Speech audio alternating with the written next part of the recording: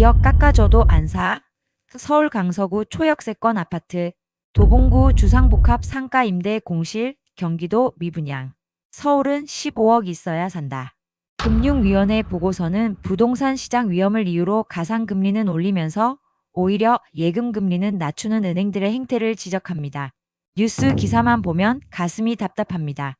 저는 매일 아침 눈을 뜨면 부동산 뉴스를 보며 현재 시황을 읽으려고 블로그에 뉴스를 기록했습니다.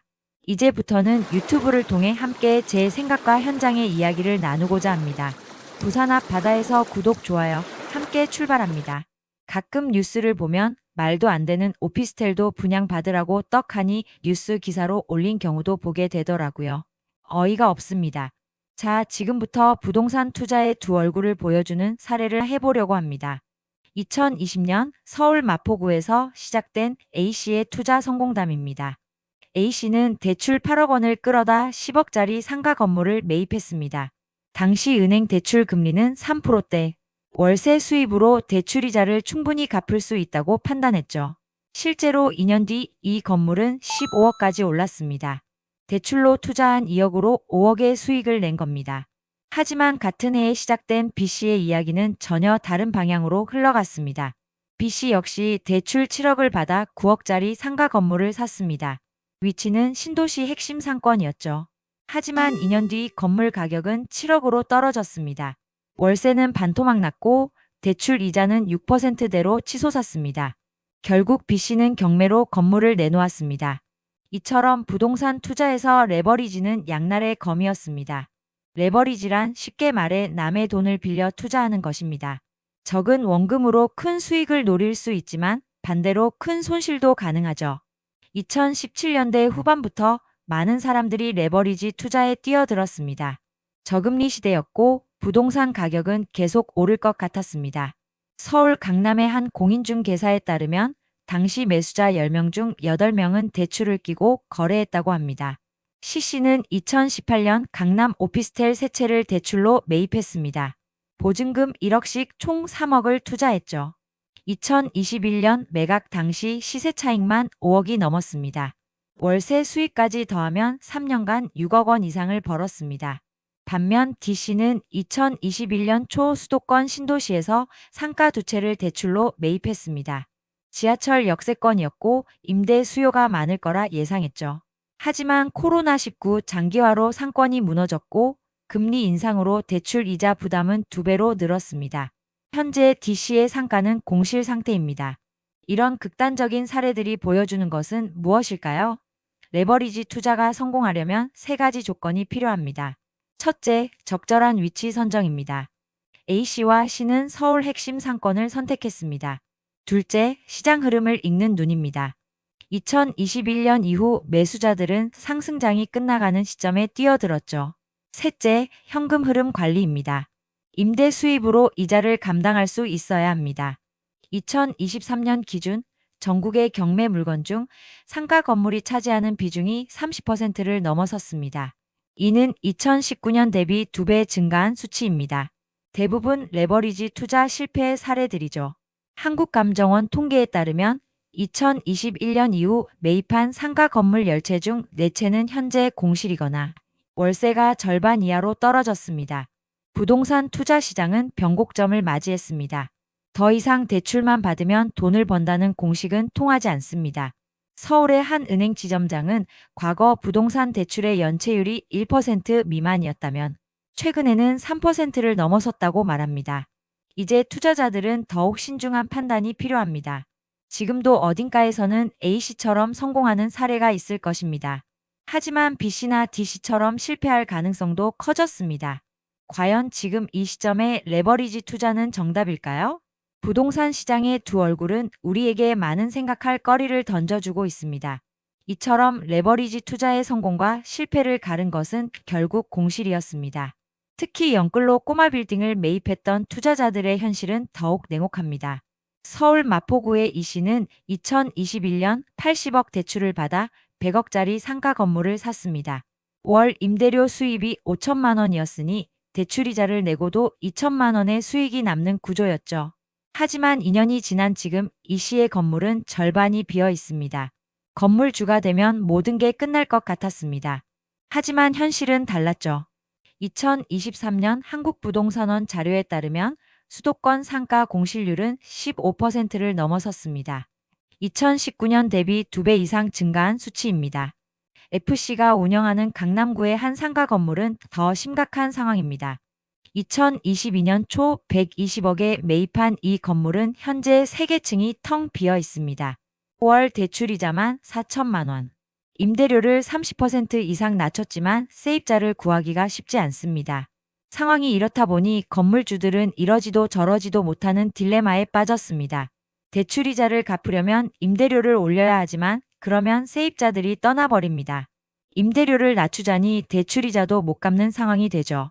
서울부동산협회에 따르면 2021년 이후 매입한 상가 건물 중 30%가 임대료 수입으로 이자조차 충당하지 못하고 있습니다. 건물을 팔려고 하니 매수 우세가 실종된 상태입니다. 2년 전 100억에 거래됐던 건물이 지금은 80억에도 매수자가 나타나지 않는다고 합니다. G씨의 사례는 더욱 충격적입니다. 2022년 대출 90억을 끼고 120억에 매입한 강남역. 인근 빌딩은 1년 만에 시세가 90억까지 떨어졌습니다. 대출금보다 건물 가격이 낮아진 거죠. 결국 G씨는 자금난으로 건물을 경매에 내놓았습니다. 한국은행 통계를 보면 2023년 기준 서울 상가 건물 대출 연체율은 4.2%입니다. 2019년 1.3% 대비 3배 이상 증가했죠. 금융권에서는 이 수치가 더 오를 것으로 예상합니다. 부동산 시장의 전문가들은 이런 상황이 쉽게 해결되지 않을 것으로 보고 있습니다. 한국감정원의 한 연구위원은 임대시장 불황이 장기화될 가능성이 크다고 분석했습니다. 온라인 쇼핑 증가, 자영업자 감소 등 구조적인 변화가 일어나고 있다는 설명이죠. H씨는 2023년 말 60억짜리 상가 건물을 45억에 매각했습니다. 2년 만에 15억의 손실을 본 겁니다. H씨는 월세를 제때 받기도 어려운데 대출이자는 계속 나가니 더 이상 버티기 힘들었다고 말합니다. 현재 서울 시내 공실 상가를 모두 합치면 여의도 면적의 3배에 달한다는 분석도 있습니다. 삼성증권 리서치센터는 2025년에도 상가 건물 공실률 증가세는 계속될 것이라고 전망했습니다. 이제 영끌 투자자들의 고민은 깊어지고 있습니다. 전문가들은 앞으로 2년에서 3년이 고비가 될 것으로 보고 있습니다. 한국투자증권의 부동산 애널리스트는 상가 건물 시장이 바닥을 찍으려면 최소 2년은 더 필요하다고 분석했습니다. 과연 영끌 투자자들은 이 긴 터널을 버텨낼 수 있을까요? 공실 문제는 비단 서울뿐만이 아닙니다. 수도권 신도시에서는 더욱 충격적인 일들이 벌어지고 있습니다. 그 중심에 평택이 있죠. 평택에서 아파트를 분양받은 K씨의 이야기부터 들어보겠습니다. 2021년 최고점 6억에 매입한 아파트는 현재 4억 5천만 원의 매물로 나와 있습니다. 절반의 가치가 사라진 겁니다. 당시 평택은 희망으로 가득했습니다. GTX-A 노선 확정, 삼성전자 평택 캠퍼스 증설 등 호재가 쏟아졌죠. 부동산 114 자료에 따르면 2021년 평택의 아파트 매매 거래량은 2만 건을 넘어섰습니다. 5년 평균의 2배에 달하는 수치였습니다. J씨는 2022년 초 평택의 새 아파트를 7억에 매입했습니다. 반도체 슈퍼사이클이 온다는 말에 솔깃했다고 합니다. 하지만 현재 같은 평형의 매매가는 3억 중반대입니다. 게다가 매수 문의조차 없는 상황이죠. 한국부동산원 통계를 보면 충격적입니다. 2023년 평택시 아파트 매매 가격은 2021년 대비 평균 45% 하락했습니다. 일부 단지는 50%가 넘는 하락폭을 기록했죠. 전국 주요 도시 중 가장 큰 폭의 하락입니다. 무엇이 이런 상황을 만들었을까요? 첫째, 과잉 공급입니다. 2021년부터 2023년까지 평택에서 공급된 아파트는 3만 가구가 넘습니다. 인구 유입은 이를 따라가지 못했죠. 둘째, 반도체 시장 불황입니다. 삼성전자 평택 캠퍼스 증설 효과는 기대에 미치지 못했습니다. 평택의 한 공인중 개사는 2021년만 해도 매물이 나오면 하루 만에 계약이 성사됐다며 지금은 한 달이 지나도 매수 문의가 없는 매물이 대부분이라고 전합니다. 2024년부터 2025년까지 평택에서 추가로 공급되는 아파트가 2만 가구를 넘습니다. KB부동산 통계를 보면 평택시 아파트 매매 거래량은 2025년 들어 월 평균 300건 수준으로 떨어졌습니다. 2021년의 10분의 1 수준이죠. 매수 심리가 완전히 얼어붙은 겁니다. 한국부동산원의 한 연구위원은 평택은 투자 수요가 빠져나가면서 실거주 수요만으로는 시장이 버티기 어려운 상황이라고 분석합니다. GTXA 개통이라는 호재가 남아있지만 단기간 내에 시장 회복을 기대하기는 어렵다는 설명이죠. 이처럼 평택의 사례는 부동산 시장의 중요한 교훈을 보여줍니다. 아무리 좋은 호재가 있더라도 공급 과잉은 치명적입니다. 과연 평택 부동산 시장은 언제쯤 회복될 수 있을까요? 평택이 반도체 호재에 취했다면 세종시는 행정수도 이전이라는 장밋빛 청사진에 취했습니다. 그리고 그 결과는 더욱 처참했죠. 2021년 세종시에서 아파트를 매입한 MC의 이야기입니다. 당시 매입 가격은 9억, 하지만 현재 시세는 6억 중반대입니다. 세종시는 행정수도 이전 기대감으로 2020년 한 해 동안 아파트 가격이 40% 이상 상승했습니다. 한국부동산원 통계를 보면 당시 세종시 아파트 매매 거래량은 월 평균 1000건을 웃돌았죠. 더 충격적인 것은 토지 가격입니다. 세종시 행정중심복합도시 내 상업용지 경매에서 유찰이 속출하고 있습니다. 2023년 법원 경매 통계에 따르면 세종시 상업용지 경매 낙찰률은 20%대에 그쳤습니다. 오 씨는 2021년 세종시에서 상가를 분양받았습니다. 분양가는 3억, 하지만 준공 후 시세는 2억으로 떨어졌고 임대차 계약도 성사되지 않고 있습니다. 오 씨는 정치적 이슈만 믿고 투자한 게 실수였다고 말합니다. P 씨는 대출 이자만 월 250만 원인데 더 이상 버티기 힘들다고 호소합니다. 거래 절벽이라는 표현이 딱 맞는 상황입니다. 한국건설산업연구원의 한 연구위원은 행정수도 이전이 실현되더라도 단기간 내에 가격 반등을 기대하기는 어렵다고 분석했습니다. 결국 세종시 사례는 정치적 이슈에 기대어 부동산 투자를 결정하는 것이 얼마나 위험한지 보여줍니다. 실수요가 뒷받침되지 않는 가격 상승은 결국 거품이 될 수밖에 없다는 교훈이죠. 과연 세종시의 부동산 시장은 언제쯤 제자리를 찾을 수 있을까요? 세종시와 평택의 미분양 사태는 이제 서울로 번지고 있습니다. 한때 미분양 없는 도시로 불렸던 서울마저 더 이상 안전지대가 아닙니다. 2023년 말 서울 강동구에서 분양한 신축 아파트 현장입니다. R씨는 이곳에서 충격적인 경험을 했습니다. 분양가 15억 아파트의 현재 시세는 13억대. 웃돈은 고사하고 마이너스 프리미엄이 붙은 겁니다. 한국부동산원 통계에 따르면 2024년 서울 아파트 미분양은 1,500가구를 넘어섰습니다. 2019년 이후 최대 규모죠. 특히 강남권 신축 아파트에서도 마이너스 프리미엄 현상이 속출하고 있습니다. S씨는 2022년 말 서울 송파구의 한 아파트를 18억에 분양받았습니다. 현재 시세는 16억대입니다. S씨는 강남권은 괜찮을 거라 믿었는데 큰 오산이었다고 말합니다. 더 심각한 것은 주거형 오피스텔 시장입니다. 서울부동산협회에 따르면 2024년 서울 주거형 오피스텔의 미분양률은 30%를 넘어섰습니다. 2019년 5% 수준과 비교하면 6배나 증가한 수치죠. T씨가 투자한 마포구의 한 주거형 오피스텔은 준공 후 6개월이 지났지만 절반 이상이 비어있는 상태입니다. 분양가 6억에서 현재 시세는 4억대로 떨어졌습니다. 황금성은 더욱 떨어져 매수 문의조차 없다고 합니다.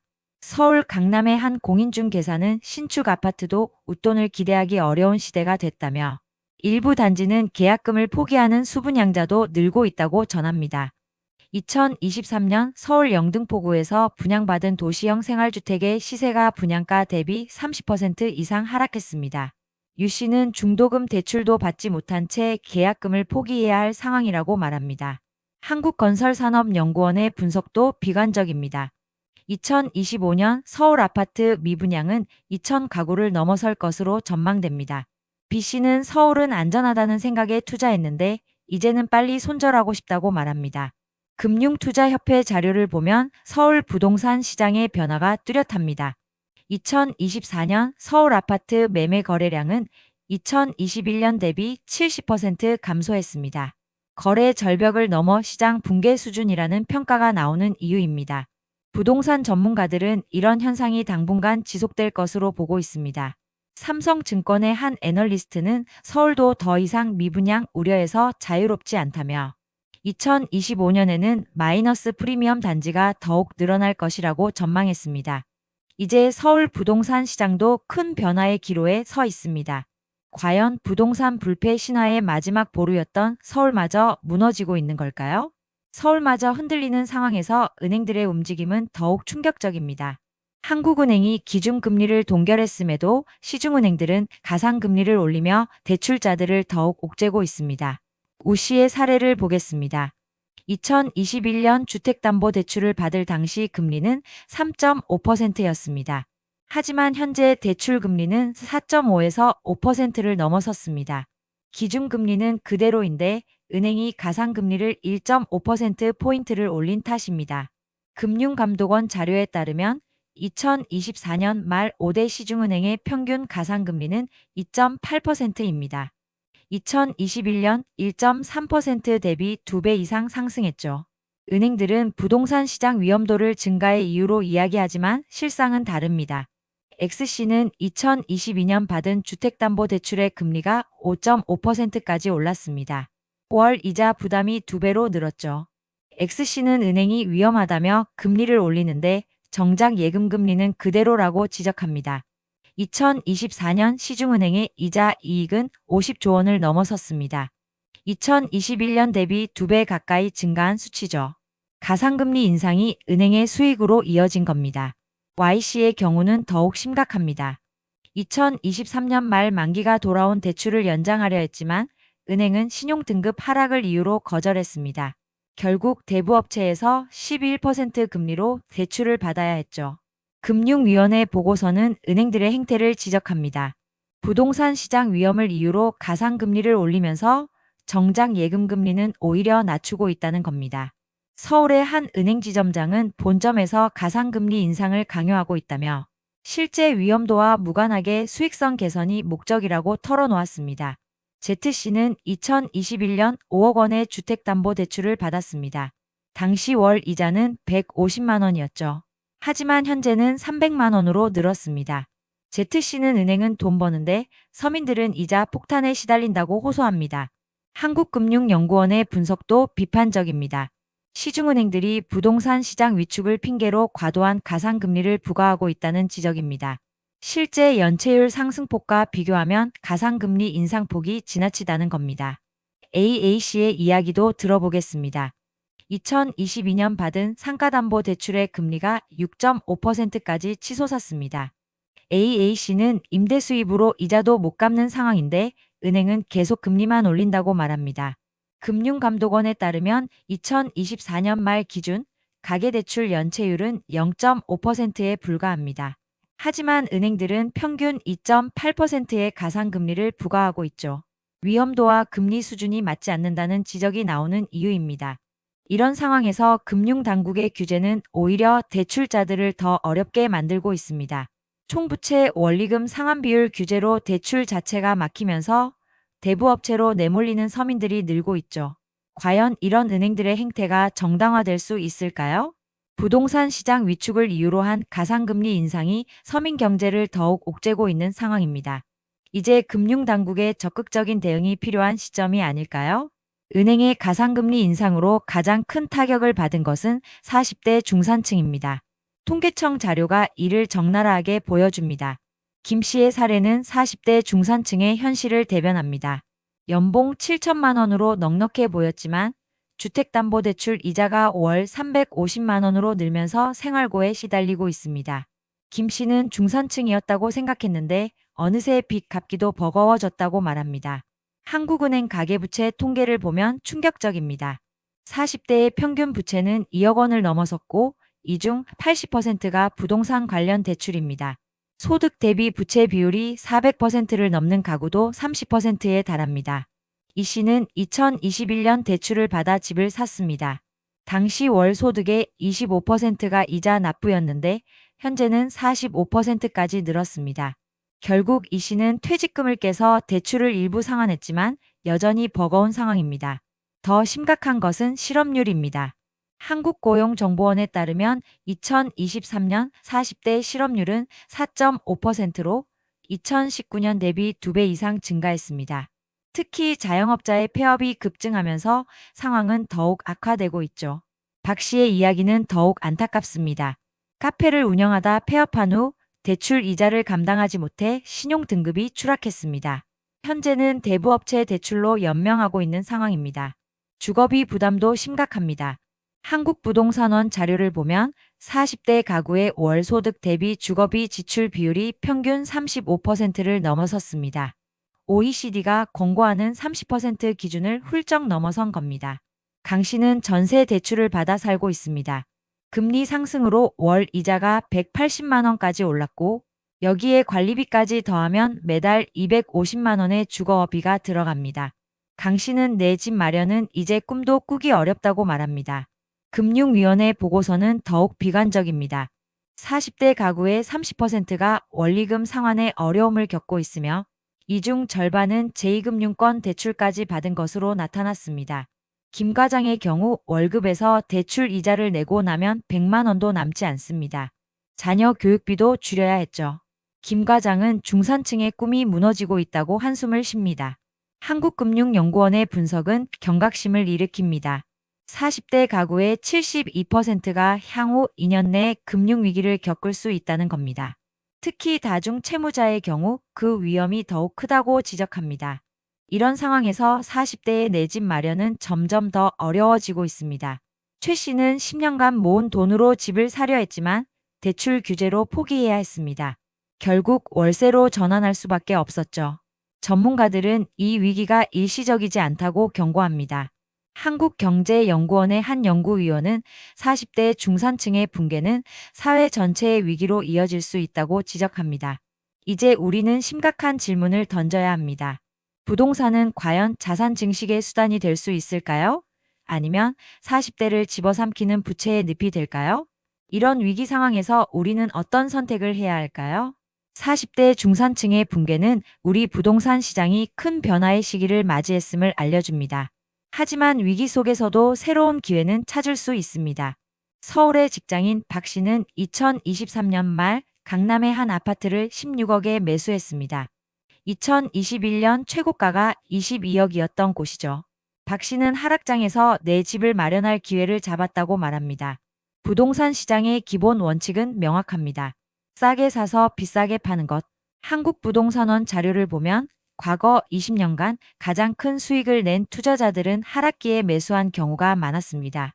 2025년 현재 서울 아파트의 실질 임대 수익률이 평균 4%를 넘어섰습니다. 2021년 2% 수준과 비교하면 투자 가치가 높아진 셈이죠. 영등포구 이 씨의 사례는 또 다른 시사점을 줍니다. 2024년 말 경매로 강북구의 한 상가 건물을 매입했습니다. 감정가의 60% 수준이었죠. 이 씨는 하락장이 기회가 될 수 있다는 것을 깨달았다고 말합니다. 한국감정원의 전망도 긍정적입니다. 2025년을 기점으로 부동산 시장이 안정화 단계에 접어들 것으로 예측합니다. 특히 실수요자들의 매수 기회가 늘어날 것이라는 분석입니다. 최 대리는 신중한 접근으로 성공한 사례입니다. 2년간 전세로 살면서 시장을 관찰했고 2024년 초 가격이 30% 하락한 아파트를 매수했습니다. 최 대리는 조급하지 않게 기다린 것이 성공 요인이라고 말합니다. KB부동산 보고서는 부동산 시장의 변화를 이렇게 설명합니다. 2025년부터는 가격 상승이 아닌 가치 투자가 중요해질 것이라고 예측합니다. 실거주 목적과 안정적인 임대 수익이 투자의 핵심이 된다는 뜻이죠. 15년간 부동산 투자를 해온 투자자분은 지금은 과거와 다른 시장이라며 철저한 분석과 신중한 접근이 필요한 시기라고 강조합니다. 부동산 전문가들은 이제 새로운 기회가 올 것이라고 분석합니다. 한국건설산업연구원의 수석연구원은 2025년 하반기부터 실수요자 중심의 시장이 형성될 것이라고 전망했습니다. 직장인 투자자 성공 사례도 주목할 만합니다. 2024년 말 강서구의 한 아파트를 매수했는데 교통호재가 발표되며 벌써 10%가량 가격이 올랐습니다. 미래 가치를 보고 투자한 것이 적중했다고 말합니다. 이제 우리는 새로운 관점으로 부동산 시장을 바라봐야 합니다. 무조건적인 가격 상승을 기대하기보다는 실거주 가치와 안정적인 수익성을 고려한 신중한 접근이 필요한 시기입니다. 부동산 시장의 사이클은 계속됩니다. 지금의 하락기는 새로운 기회의 시작점이 될 수 있습니다. 철저한 분석, 신중한 판단, 그리고 적절한 타이밍이 성공의 열쇠가 될 것입니다. 지금까지 부동산 마키였습니다. 오늘 영상이 흥미로우셨다면 구독, 좋아요, 알림 설정까지 부탁드립니다. 끝까지 시청해 주셔서 감사합니다.